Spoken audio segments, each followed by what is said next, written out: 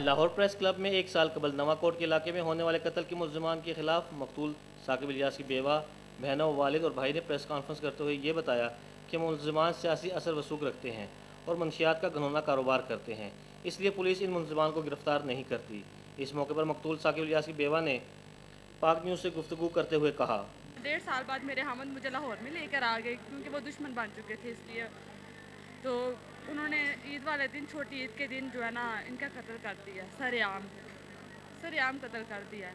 और थाना नवाकोट में जो है ना, ये एफआईआर दायर थी, जिसकी वजह से जो है किसी पुलिस वाले ने, किसी जज ने, किसी ने भी हमारी बात नहीं सुनी। और ये बच्ची दुनिया में आने से पहले यतीम हो गई है, इसने अपने बाप का जो है ना शक्ल भी नहीं देखी और मुझे 21 साल की उम्र में उन्होंने बेवा कर दिया। और अब मुझे और मेरे ससुराल वालों को धमकियाँ दे रहे हैं कि आपको भी नहीं छोड़ना, केस छोड़ दो और फिर छोड़ देंगे।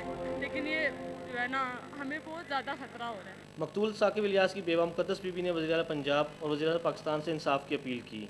कैमरामैन इमरान मुगल के साथ शहजाद राजपूत, पाक न्यूज़, लाहौर।